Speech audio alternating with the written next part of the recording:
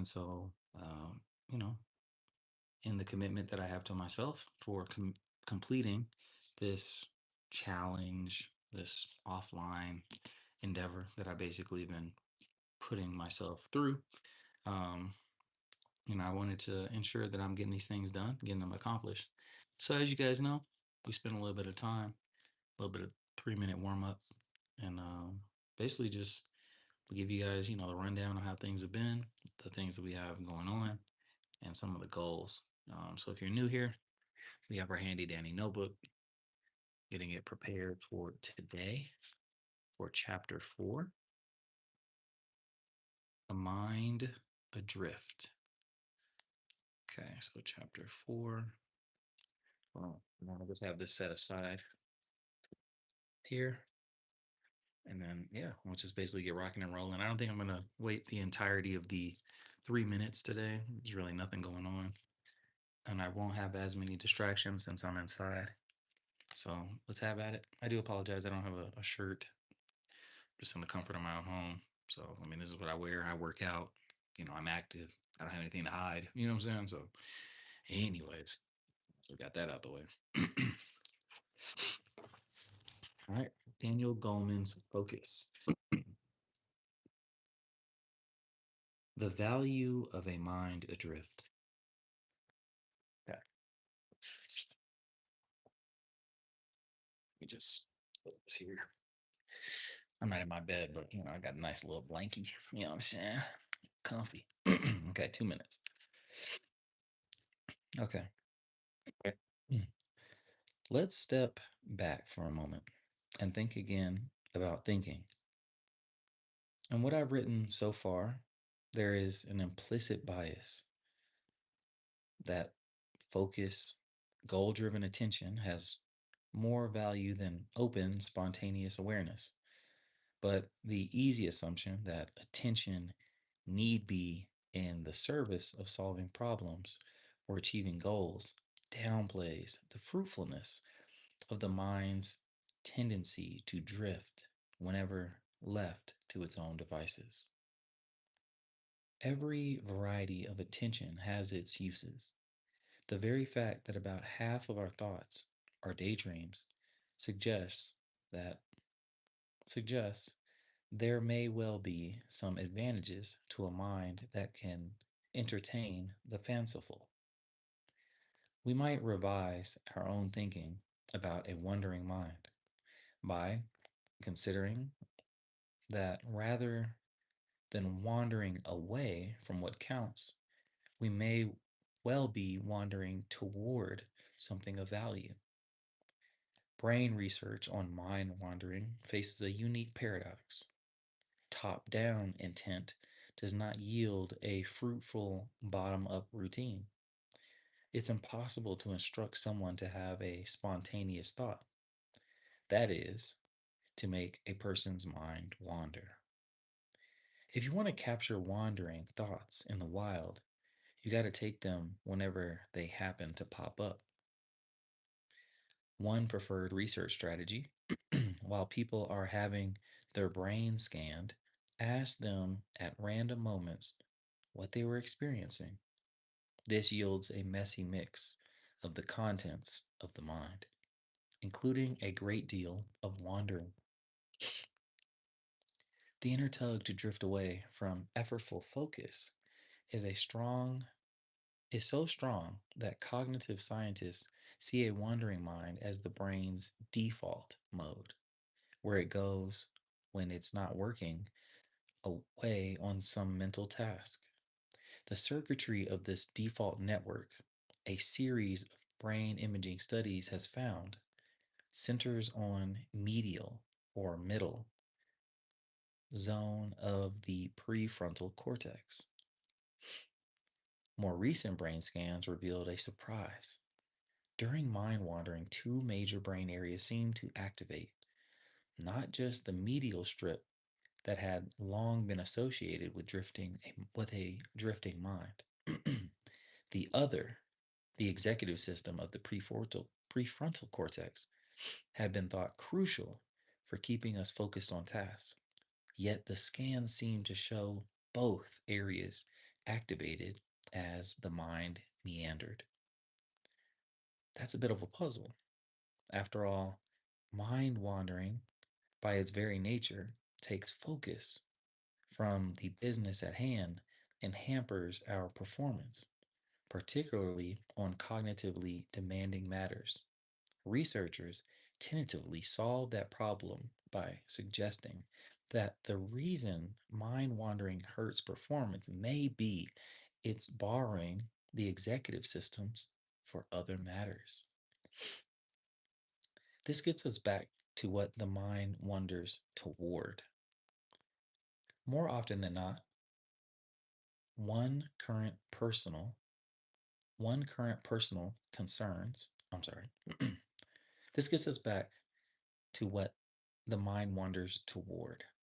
More often than that, more often than not, our current personal concerns and unresolved business stuff that we've got to figure out. More on this in the next chapter.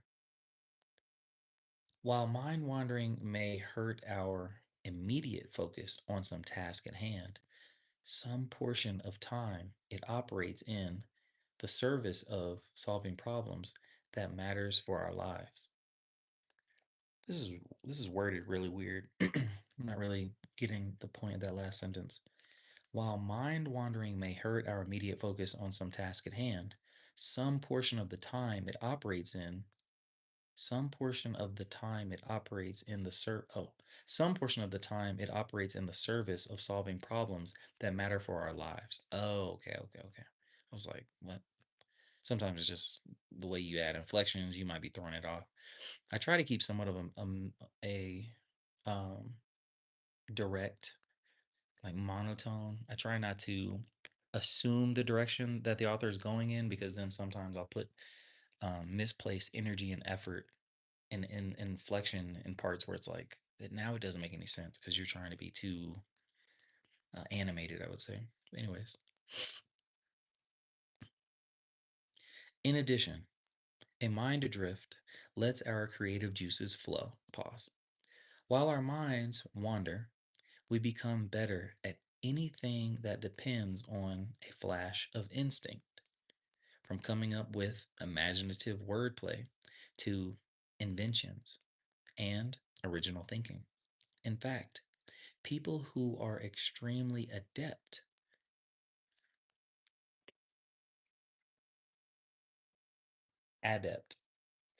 We're going to write that down just because I understand it in context, but I don't think I know the actual definition of adept. Where was I? In fact, people who are extremely adept at mental tasks that demand cognitive control and a roaring working memory, like solving complex math problems, can struggle with creative insights if they have trouble switching off their fully concentrated focus. Among other positive functions of mind wandering are generating scenarios for the future, self reflection, navigating a complex social world, incubation of creative ideas, flexibility and focus, pondering on what we're learning, organizing our memories, just mulling life, and giving our circuitry for more intensive focusing a refreshing break. So, those are the positive functions of a mind wandering. Among other positive functions of mind wandering are all the things that I just mentioned: generating scenarios of the future, self reflection, navigating a complex social world, incubation of creative ideas, flexibility and focus, pondering what we're learning. A moment's reflection leads me to add two more, reminding me of things I have to do so they don't get lost in my mind shuffle, and entertaining me. I'm sure you can suggest some other useful features if you let your mind drift a while. This is really interesting. the architecture of serendipity. So,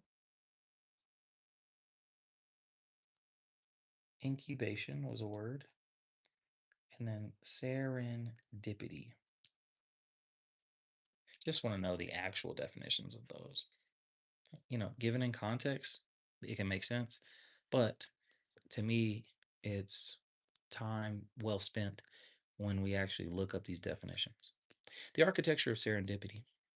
A Persian fairy tale tells of the three princes of Serendip, who were always making discoveries by accident, and Sagacity.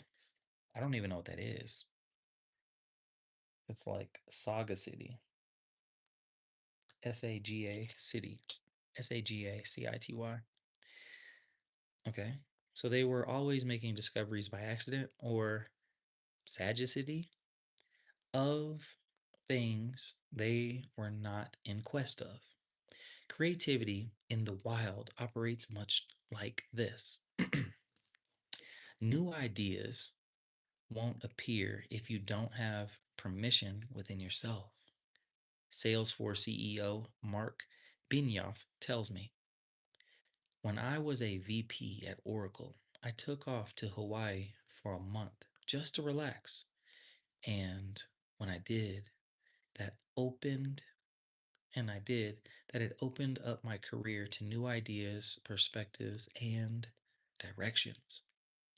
In that open space, Benioff realized the potential uses for cloud computing that led him to quit Oracle, start Salesforce in a rented apartment, and evangelize for what was then a radical concept. Evangelize. I would imagine that's like to support through and through, to promote, to advocate for, to preach, you know, to back wholeheartedly, undoubtedly, evangelize. We're gonna write it down because I don't know the actual definition of it. Let's see. All right. Salesforce was a pioneer in what is now a multi-billion-dollar industry. By contrast, a scientist too determined to confirm his hypothesis, risking, I'm sorry, by contrast, a scientist too determined to confirm his hypothesis risk ignoring findings that don't fit his expectations, dismissing them as noise or error, not a doorway to new discoveries, and so misses what might become more fruitful theories. I'm gonna read that back. By contrast, a scientist too. A science. See, this is where this inflection matters. When reading, sometimes you can miss the point because you're so like adding an inflection to two right now was a mistake. Okay, so let me reread this. By contrast, I think it's more important to pause, take the time to push through, right? And then don't add your own inflections, just get through. By contrast, a scientist too determined to confirm his hypothesis risk ignoring findings that don't fit his expectations, dismissing them as noise or error, not a doorway to new discoveries, and so misses what might become more fruitful theories. So when you're too determined to confirm your hypothesis, you risk ignoring findings that don't fit your expectations. Too determined. There's probably a term for that. And the naysayer in the brainstorming session, the guy who always shoots down any new idea throttles innovative insight in its infancy.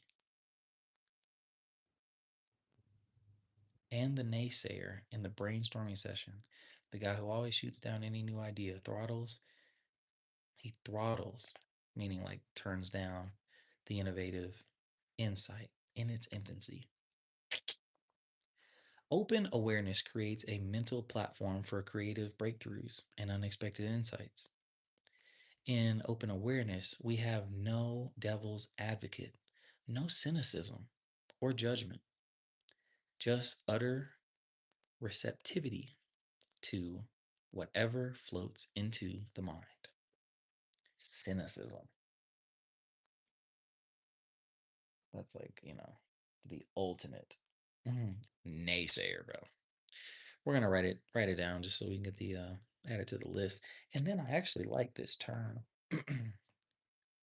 Boy, on the last video, if you're just watching these for the first time, automaticity.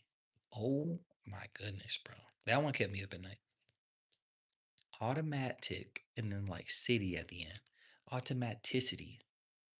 Boy, that was a rough one. I swear I said it like 15 times. But, anyways, receptivity. I like that.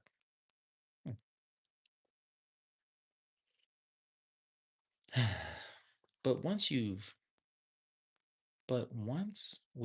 hit upon a great creative insight, we need to capture the prize by switching to a keen focus on how to apply it.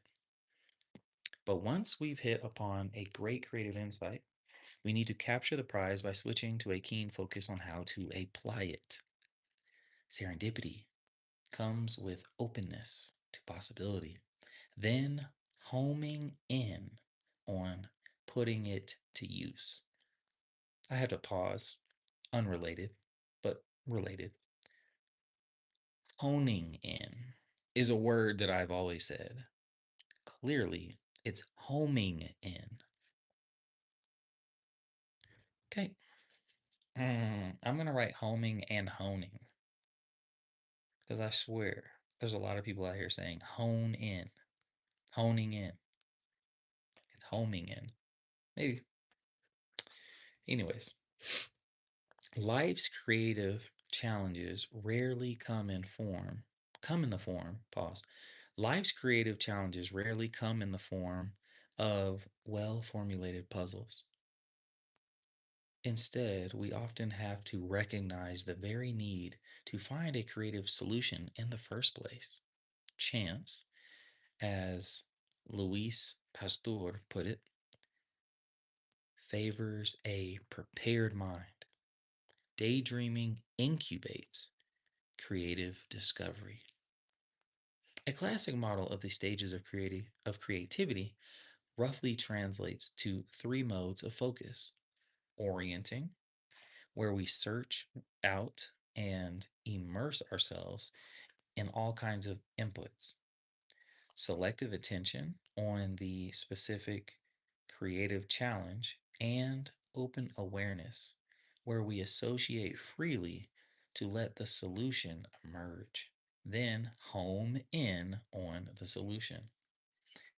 The brain systems involved in mind wandering have been found active just before people hit upon a creative insight, and, intriguingly, are unusually active in those with attention deficit disorder or ADD. I'm going to stop and I'm going to read this again. The brain systems involved in mind wandering have been found active just before people hit upon a creative insight, and, intriguingly, are unusually active in those with attention deficit disorder or ADD. People with ADD, relative to those without, also show higher levels of original creative thinking and more actual creative achievements. The entrepreneur Richard Branson, founder of the corporate empire built on Virgin Air and other companies, has offered himself as a poster boy for success with ADD. The Center for Disease and Prevention says almost 10% of children have the disorder in a form mixed with hyperactivity. In adults, the hyperactivity fades, leaving ADD. Around 4% of adults seem to have the problem. When challenged by a creative task, for example, finding novel uses for a brick, those with ADD do better, despite their zoning out, or perhaps because of it. We all might learn something here. In an experiment where volunteers were challenged with the novel uses task, those whose mind had been wandering compared with those whose attention had been fully concentrated came up with 40% more original answers. And when people who had creative accomplishments like a novel, patent, or art show, to their credit, were tested for screening out irrelevant information to focus on a task, their minds wandered more frequently than others did, indicating an open awareness that may have served them well in their creative works. Hmm. So those that were more accomplished seemed to indicate more open awareness that self-served in their creative expressions. Oh. Our less frenetic, what? We're gonna write that down, bro. FRENETIC, frenetic. And I'm gonna put in parentheses. What we do is we add extra words to just give some more context. So, in our less frenetic, bro, I just lost the entire page. Isn't it nice when you get a little bit further in your reading and then like the part that you've read is like outweighs where you're going? You know what I'm saying? And it's just like the book stays like this. But you know, when you're on page one and two, it just be collapsing on you. I'm like, struggle. You know, if you read enough, you know what I'm talking about. In our less frenetic creative moments, just before an insight, the brain typically rests in a relaxed, open focus marked by an alpha rhythm. This signals a state. I'm gonna start over. In our less in our less frenetic creative moments, just before an insight, the brain typically rests in a relaxed, open focus marked by an alpha rhythm. This signals a state of daydreamy reverie. I don't know what that is. Reverie. Reverie. I'm gonna act like I know what that is. Um, this signals a state of daydreamy reverie. Since the brain stores different kinds of information in wide reaching circuitry, a freely roaming awareness ups the odds of serendipitous associations and novel combinations. Rappers emerged rappers immersed in freestyling where they improvise lyrics in the moment show heightened activity in the mind wandering circuitry. You know, I actually thought about that earlier. I was like, I wonder how that works for like Harry Mack. Pause. One of the best modern freestylers on YouTube today, 2026. Shout out to Harry Mack. But his recall and attentiveness and just being like, he's so present in his freestyles and the timing is just like you got to go check him out, man. It's unreal. He's freestyling in front of hundreds of people. Like that's already like you're already just up against that challenge and that feat, having to perform and just be on point. Then he's like calling out the brands on people's clothes, calling out what people are wearing, um, recalling the words that they want him to freestyle. It's a really, I mean, even if you're not in a rap, it's just a really cool performance. It's a really, it's just nice. It's just a really nice performative act to watch. But anywho, rappers immersed in freestyling, where they improvise lyrics in the moment, show heightened activity in the mind wandering circuitry, among other parts of the brain, allowing fresh connections between far ranging neural networks. In this spacious mental ecology, we are more likely to have novel associations, the aha sense that marks the creative insight or a good rhyme. In a complex world where almost everyone has access to the same information, new value arises from the original synthesis, from putting ideas together in novel ways, and from smart questions that open up untapped potential. Creative insights entail joining elements in a useful way, a fresh way. Imagine for a moment biting into a crisp apple, a Granny Smith, so to speak. The patina, boy, here they go now. Patina. And I'm going to put of colors. I don't know what that is. The patina of colors on its skin. The sounds of the crunch as you bite into it. We still talking about an apple? The patina? The wash of taste, smells, and textures. Take a moment to experience the virtual apple.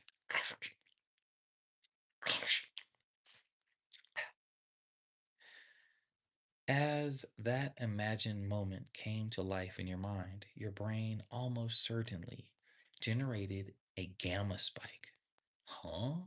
Such gamma spikes are familiar to cognitive neuroscientists. They occur routinely during mental operations like the virtual apple bite and just before creative insights. It would be making too much of this to see gamma waves as some secret of creativity. But the sight of the gamma spike during a creative insight seems telling. An area associated with dreams, metaphors, the logic of art, myth, and poetry. These operate in the language of the unconscious, a realm where anything is possible. Freud's method of free association, where you speak whatever comes into your mind without censoring, opens one door to this open awareness mode. Our mind holds endless ideas, memories, and potential association with waiting to be made. But the likelihood of the right idea connecting with the right memory within the right context and all that coming into the spotlight of attention diminishes drastically when we are either hyper focused or too gripped by an overload of distractions to notice the insight. Then there's what's stored in other people's brains.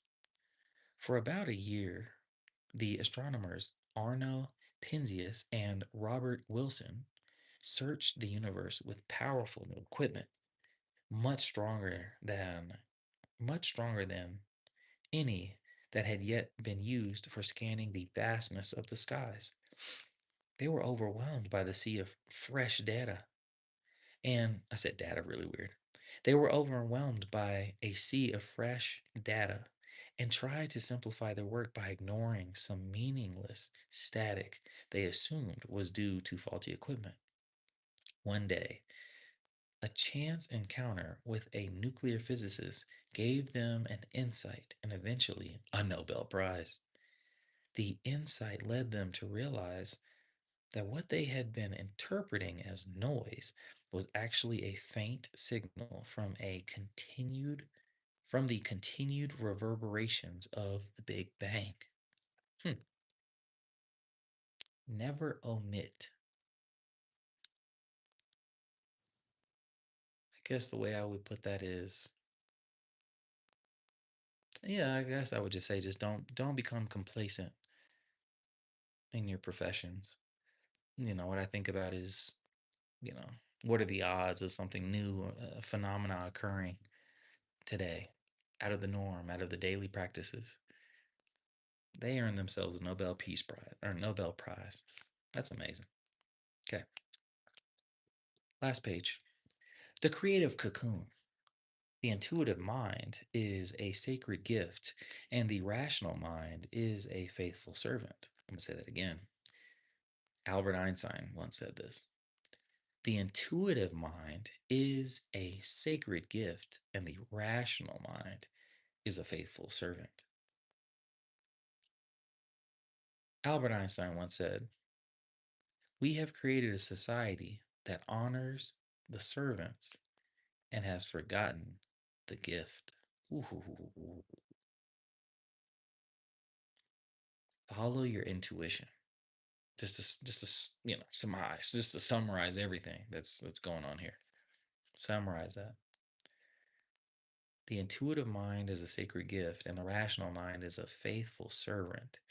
But we've created a society that honors the servant that follows and have forgotten the gift that got us here in the first place. Mm. Okay. For many of us, it's a luxury just to get some uninterrupted private moments during the day when we can lean back and reflect. You telling me, boy. Yet those count as some of the most valuable moments in our day, especially when it comes to creativity.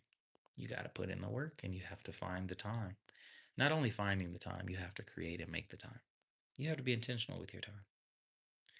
But there's something more required in those associations. But there's something more required if those associations are to bear fruit in a viable innovation, the right atmosphere. That is always what's required. We need free time when we can sustain our we need free time when we can sustain an open awareness. The nonstop onslaught of emails, texts, notifications, blah blah blah. I'm not even gonna get into it, bro. Notifications, reminders to pay bills. Life's full catastrophe throws us into a brain state antithetical. Where's my pen? Ugh. That noise was unintentional. It was literally like squeezing the air out of my lungs. Antithetical throws our brain into a state antithetical to the open focus where serendipitous discoveries thrive. Mm. In the tumult, I'm gonna write that down. It's been a couple of days where we've had tumult pop up. There's that. There's Riley. What else? What's another word that's been popping up? Tumult. Rapt. RAPT. There's a couple of words that I have yet to look up that seem to repeat themselves. But I think it's just a testament to the author. In the tumult of our daily distractions and to do lists, innovation dead ends. In open time, it flourishes. That's why the annals of discovery are rife.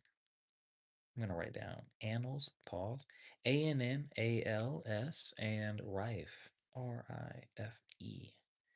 Like it's riff, but anyways. That's why the annals of discovery are rife with tales. So, context clues here. The annals of discovery, more like the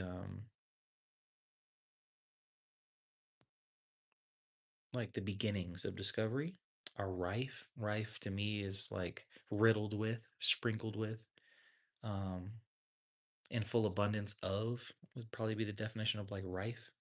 So that's why the annals of discovery are rife with tales of a brilliant insight during a walk or a bath or a long ride or vacation.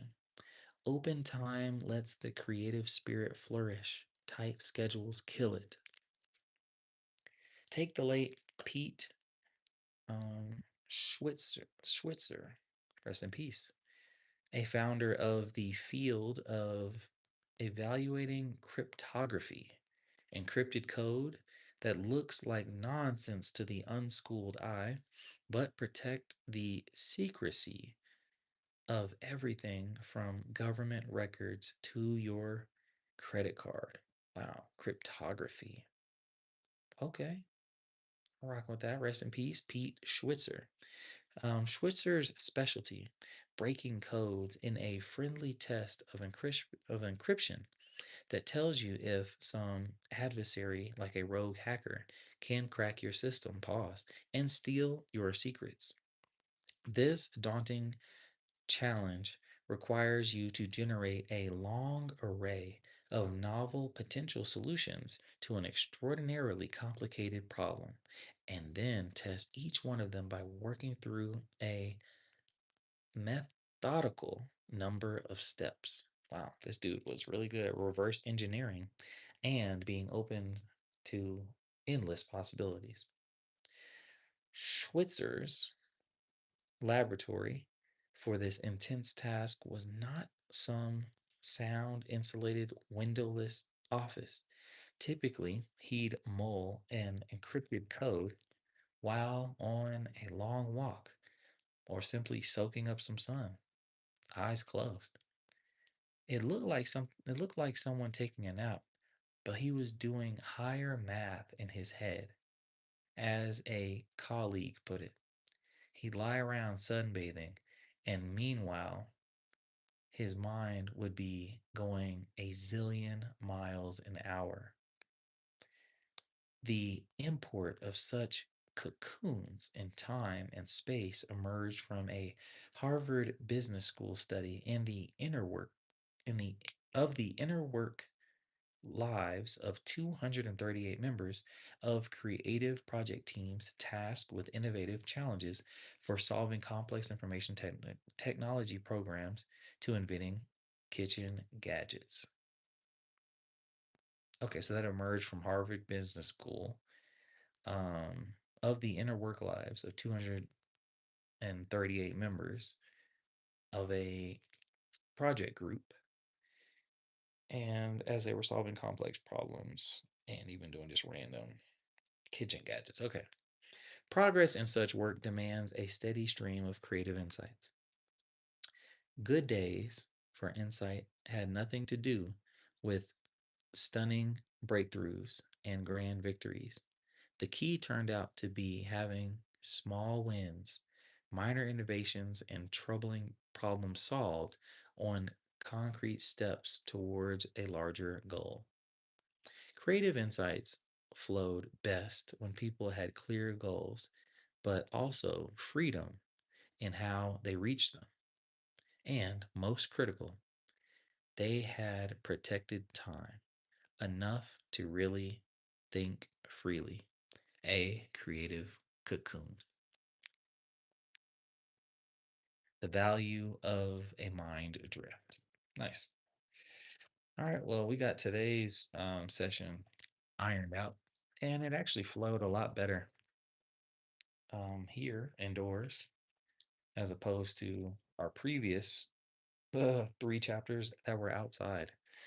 So, some words to go over: adept, incubation, serendipity, sagacity, evangelize, cynicism, receptivity, homing instead of honing in, it's homing, frenetic, creative moment, so frenetic, reverie, reverie, antithetical, antithetical, annals, annals, rife, rife, tumult, and then patina of colors when referring to the virtual apple.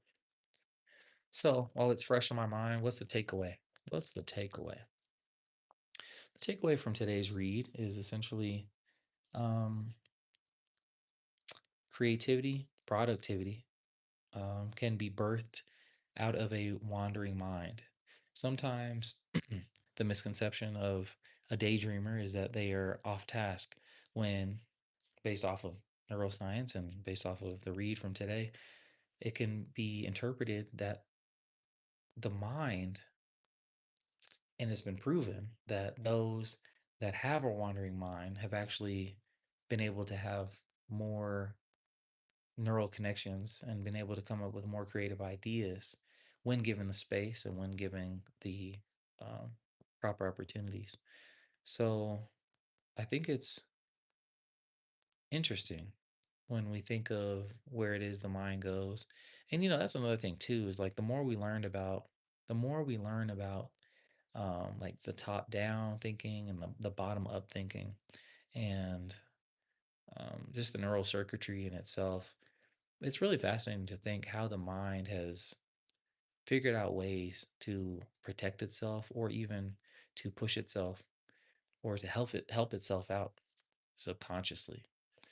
The one amazing example was the shock and awe effect of like rappers that are able to tie together many of things. Again, I made the Harry Mack reference. I thought that was really cool. Just thinking about his skill set.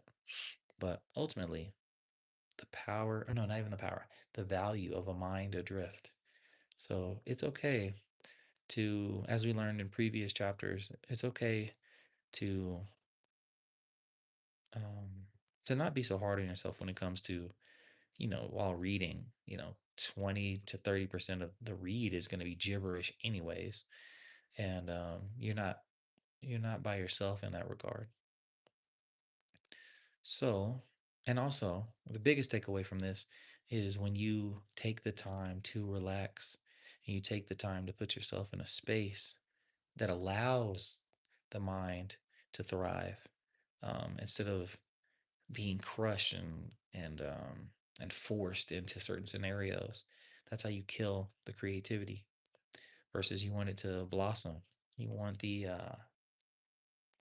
you want it to come from the right place. So, anyways, yeah, a lot. I mean, it's the first read through for this chapter. First time really learning of these, and I always go back through and watch these videos later on, just to hear how it sounds back. Um, yeah, we learned today. Sometimes too many inflections can mess up the comprehension of a sentence. I think it was a science too determined. You know, you know. Um, but anyways, yeah, there's a lot that we getting out of these. So, like I said, what I do is I give about a minute or two intro, and then I do about a 5-minute outro, just reflecting, talking back. This one was a little bit shorter, but I think this one was a little bit smoother. This is giving me a little bit more insight in terms of where it is I'll be reading going forward, and I really might expound upon this series. I have a lot of books that I've read.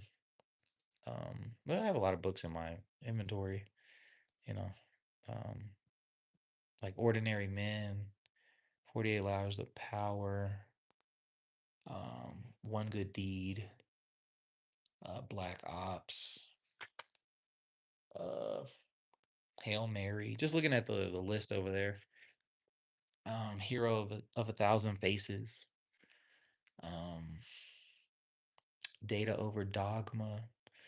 A lot of good books. So, anyways, we're gonna get over to that later. But yeah, this was Myth of Normal. Like, this is a really good book, chapter 13. If you're a parent, I recommend.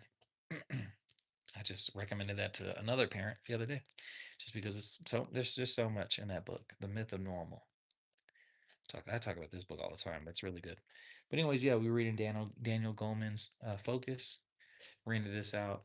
You know, might have to go buy it. Just once I finish it, I'd try to just add it to my shelf. And it's good to go back and refresh some of these just to get yourself back um, in some of the mindsets. Toxic Superfoods is another really good book. Some of these I really do want to read, really just to expose some of the thinking. It's that's the thing is that's the sneaky thing about a lot of uh, a lot of human interaction. When you speak on sociology, right? When you speak on human behaviors and how it is we conduct ourselves, a lot of people are driven mainly by the ideologies, right?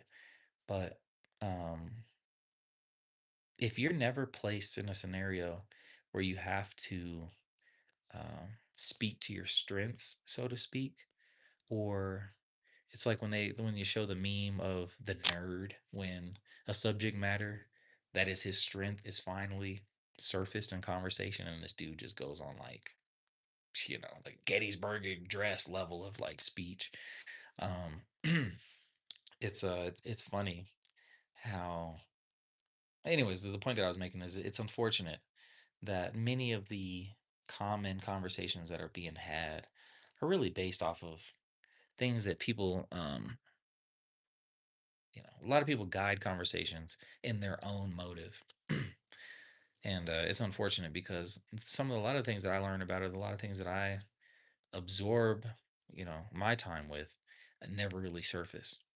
So then you get this interesting character, or you get this interesting, you know, um, facade of a person that's just kind of like the here and now versus like what really matters, you know, whether that's your belief system, whether that's like your morals, whether that's, uh, how your morals don't really need a belief system. Like it's just like a lot. It's a lot to really to speak on. And even that seems counterintuitive. But there's a lot of natural laws that are out in the world that exist outside of whether or not you believe it or not. You know, and these things I find of interest. But anyways, the takeaway that I'm getting from this book is thus far is the intentionality lacked. I feel like a lot of us, especially today, waste so much time and mental capacity on frivolous nonsense that literally serves no one, man. And I'm just really glad that going forward I'm in such a different mode, different gear, um where I'm about to be doing a lot of cool things and forcing myself back into a lifelong learning mindset. And I'm just glad to be in that space because I'm able to, one, prove to myself that I'm able and willing to sacrifice and put in the effort, but more importantly is the things that I'm going to achieve.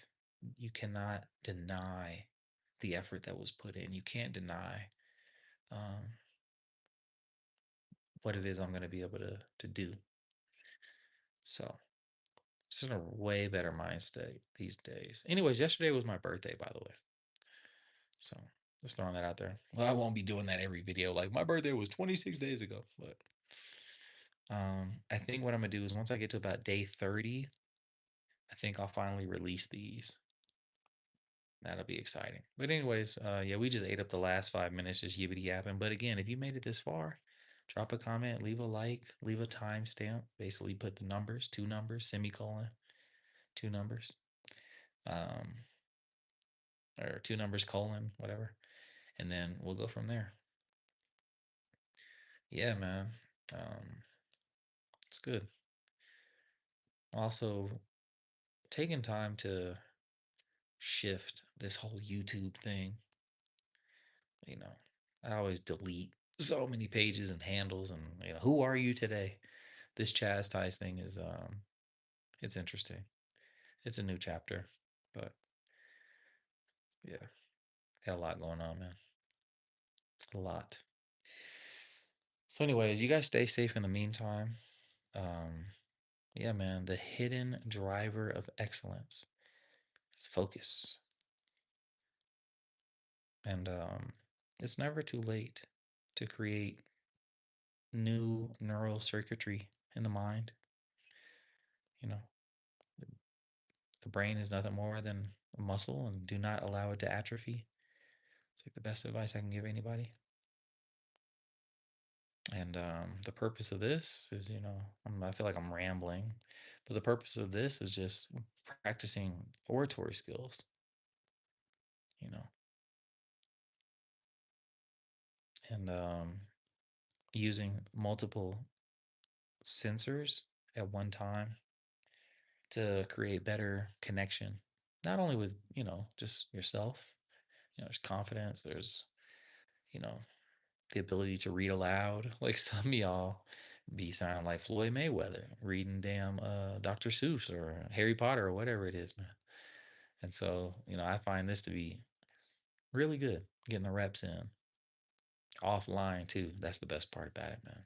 That when I upload these, That's the part that's going to be most rewarding is the hours uploaded, bro.